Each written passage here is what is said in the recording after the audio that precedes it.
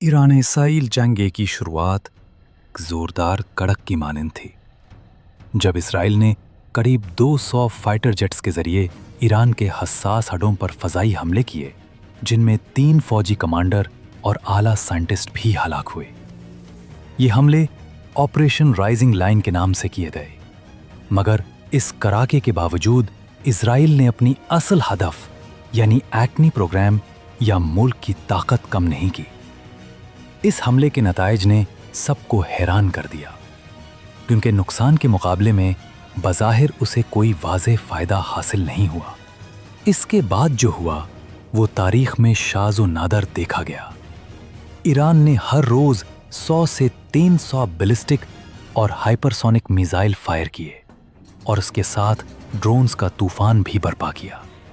یہ میزائل اس قدر طاقتور تھے کہ اسرائیل کا مشہور و معروف آئرن ڈوم دفاعی نظام عمل دخل کرنے سے قاصر رہا اور کئی مرتبہ اسکیم سے اضافی مصروف ہو گیا۔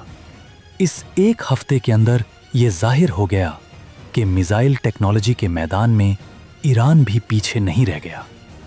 اسرائیل آخرکار دفاعی پوزیشن میں نظر آیا اور تسلسل میں میزائل حملے تھم گئے۔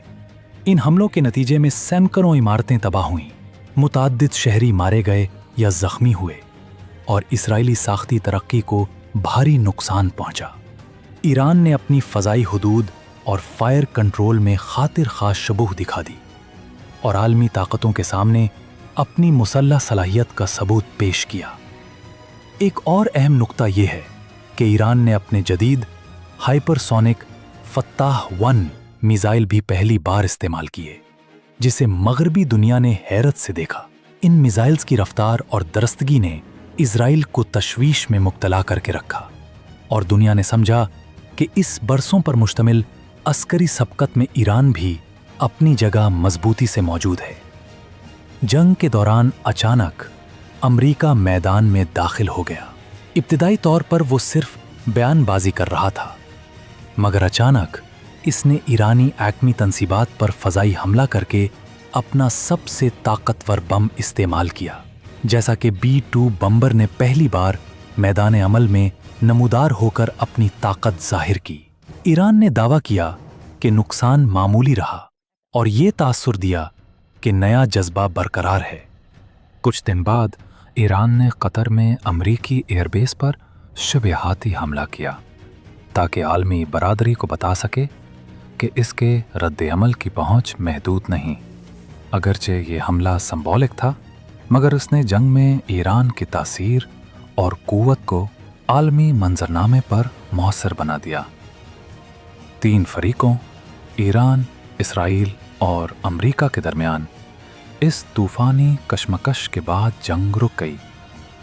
اسرائیل اپنے اہداف میں ناکام رہا، جس کا واضح ثبوت عالمی سطح پر سامنے آیا۔ اس کا مقصد ایران کا ایٹمی پروگرام ختم یا اس کے حامیوں کو تبدیل کرنا تھا، مگر وہ اپنے زور پر ناکام ہوا اور خود ہی بھاری نقصان برداشت کرنا پڑا۔ ایران نے بھی بڑا مالی اور انسانی نقصان اٹھایا، مگر مجموعی طور پر اس کی سلامتی کو کوئی خطرہ نہیں پہنچا۔ اس نے ثابت کیا کہ وہ میدان جنگ کی شدت میں بھی اپنا دفاع کر سکتا ہے، اپنی ٹیکنالوجی پیش کر سکتا ہے اور حملے کو مؤثر انداز میں روک سکتا ہے۔ اس علیحدہ جنگ کے دوران امریکہ نے اسرائیل کو وہ اتحاد نہیں دیا جس کی امید تھی۔ مغربی ممالک نے زیادہ تر زبانی تعاون کا اظہار کیا، لیکن عملی طور پر قدم اٹھانے سے گریز کیا۔ دوسری جانب پاکستان اور دیگر مسلم اقوام نے ایران کے موقف کی حمایت کی۔ پاکستانی صدر نے عوام اور حکومت دونوں کا ایران کے ساتھ اظہار محبت اور یکجہتی پر شکر گزار کیا، جو اس علاقائی معرکے میں اہم کردار رہا۔